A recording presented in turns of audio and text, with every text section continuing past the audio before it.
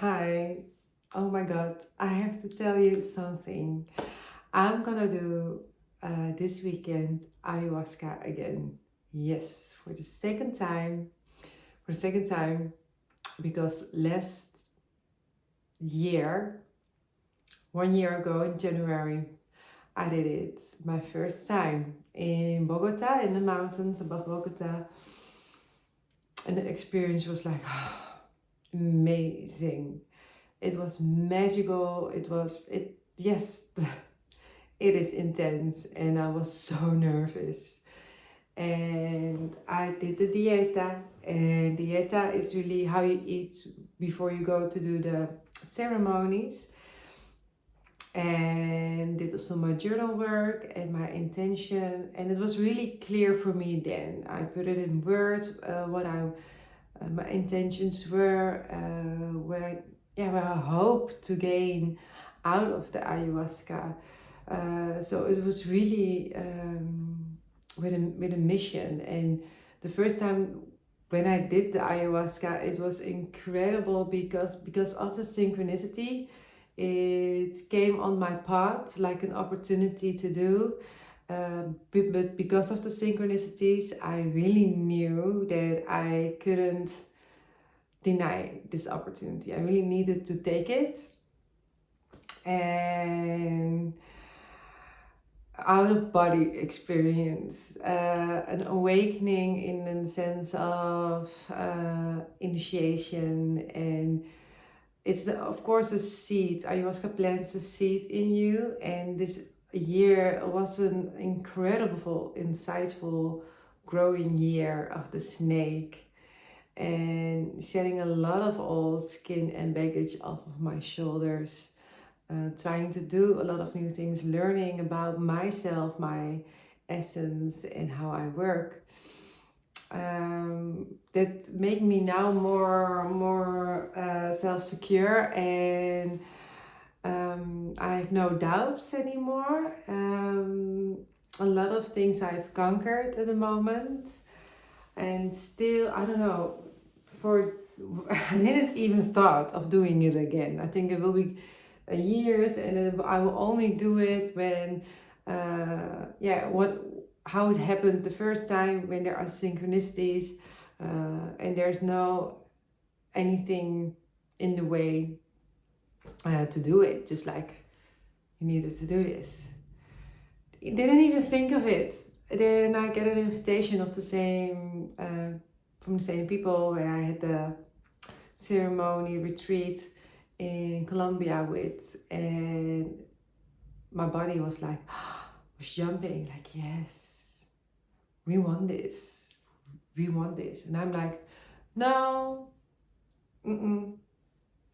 So I'm trying to look at everything not to go. And I was like having lunch with my lover, and we have also 2 children from 4 and 6. And I'm asking him, yes, it's a weekend, and we are not dependent on like any sitters or my parents to ask. And would you mind, then I will be a weekend away, and I can fly away on Friday, be back on Monday, and even Sunday probably, if you are feeling okay with it. And he was like, just fine, just go. And I'm like, okay. I hoped he was like a little bit more stubborn about it, and not at all. And nothing was an issue. There was not any issue not to go. And okay, I booked the tickets. I looked into it, talk about it with them, arranged everything. And I was so high on energy, and normally I need to think more about it. I thought 2 days, 3 days about it, and I just arranged everything. And now, one night before my first ceremony again, so tomorrow I will have it. I'm very curious. I'm trying to look into it, trying to put words in the excitement that I'm feeling in my solar plexus. I want to like jump up and down, I'm like so happy. And there are synchronicities that I first didn't hear. It was so funny. People saying, yeah, you're gonna travel, and I see you very smiley and excited about it. And I'm like, I don't have any travel plans in my planning. So it is really spontaneous. And I thought of it, I felt every emotion of it. Also, not to go, I really tried to feel it. Okay, could I have peace with not to that I didn't go? But the only reason if I didn't go was because I said no. So when I stopped myself, and there wasn't any other reason not to go. And then I'm like, no, let's go on this adventure. And maybe it will be a totally different experience like the first time. First time was really, what I said was magical, and the information that I've gained and the reprogramming that they did set really a lot of things in motion. And I cannot be more excited about what's coming this weekend. Trying to be like grounding myself a lot, eating a lot, doing my soft body exercises. And yeah, I of course I draw some cards about it.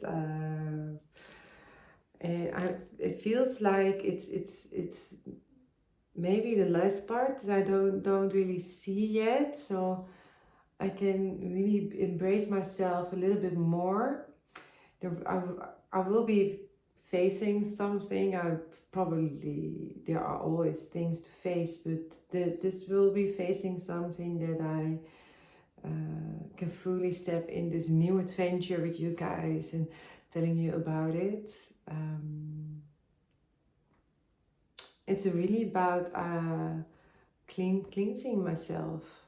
The last month, the weeks are the themes about, no energetic leaks, no energetic protections, hygiene, like energetic hygiene a lot, not only rituals like showering and doing, but also patterns in the relationships where their energy leaks are. And sometimes it has to do with like one big time had to do with, I talked already about a fear in that I had in a love relationship, and I projected that a lot of my current relationship, and it's not really fair for him. It's not fair for him, and he's been very tolerated. He tolerates it a lot of me, and he's very nice. And I always explained it why, and I knew a little bit why, like in the big picture. But then I really went back at the moment when it happened, and yeah, I think it also for me. I need to get some illusions away that I have at looking at things for myself. Because my mind is always on, and yes, that can leak as well. My mind can make things, and it can leak energy, takes energy from me, and it's all about I'm so aware of it, and I don't try to do it and really protect it, to not have to have more self-control over it, and also to be kind. So when it happens now, and I notice it, that my mind is making all these illusions, and I'm like, okay, you're doing this, don't believe in it, it's not true, it's self-sabotage, or I just distract myself with something else. And normally I will be like a little bit mad on myself, or feeling guilty that, oh, my mind went again. No, it will always be like this. My mind will do this, because you cannot unsee the things that you've seen. You see things. We see things that aren't tangible. You see patterns. You see other energies. And when you see them, You just can, you give them acknowledgement, like, okay, I saw you, you recognize it like an emotion, you recognize it, and then you leave it around. Don't go overthink it, make it more assumptions about it, of trying to explain why, or diagnose it, or what else. No, none of this, none of this. Just see it and then let it go. And this is the part that it can drain me a lot. So that's why I keep myself very as in my own secret temple, love being with myself, trying to keep my energy as really beautiful and high and as light as possible. And if I see it, I want to transform it into more beautiful lightness. And I think also now to get a wider view of things, what is coming up now is that I genuinely believe that we shine so much light on things. We are so aware, we've seen so a lot of things, that the world seems so dark, that there are so dark things happening in the collective world, for the collective, and that we almost like have more getting fear. Don't give in to the fear that all the things, no, we are shedding so much light that all the darkness comes out. That's why we notice all those horrible things and seeing those people, like Epstein or other people, like the war, how like mighty people do stuff that is like not healthy to think of. It's not justified to let innocents suffer and die. It's like you cannot do that. And misuse your spiritual knowledge to gain more trust, or mislead people, or no, it's, you cannot justify that. We are shedding so much light on those people who done that, and it looks then so scary, like, oh my god, there are people like this in the world. No, not anymore, because you see right through them. They cannot be that anymore, because you see that, and we see it, so we say it, we speak up the truth, we are aware of it. So the dark parts shine up. If we didn't put the light on it, they will still be in the dark and still doing those things, and they cannot prolong these actions anymore, because it is really is at the end, because we are so awakened and we have so much light. And oh my god, I cannot, I just want to I want to show you that we will be receiving, I think, yes, maybe more, but we need to be like, see how powerful we are, not giving in to this fear, what those people did. Like, it's horrific and it makes you very sad and depressive, but see it, but you are not dead. You are not dead.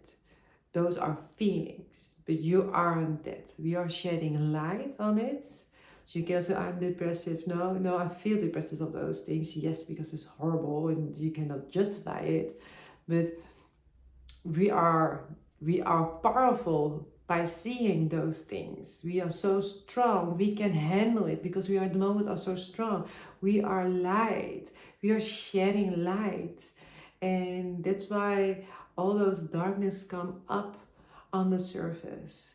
And I think there are some big things, and there will be, I don't know if they're big things, but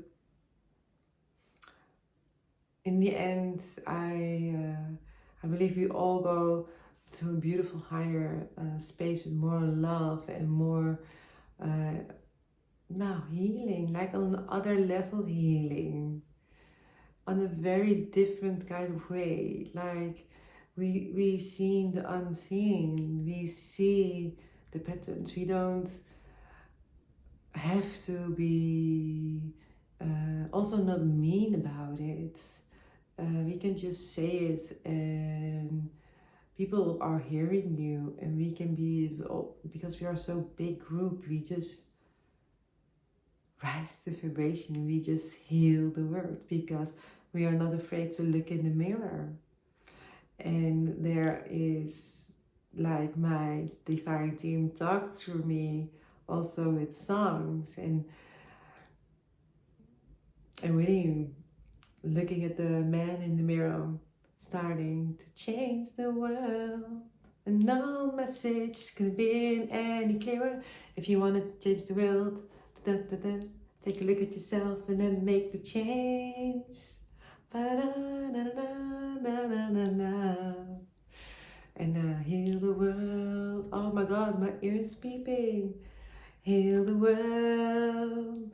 Da, da, da, da, da. For you and for me and the end of human race. Da, da. Make a better place for you and for me. We're healing the world together. Yes.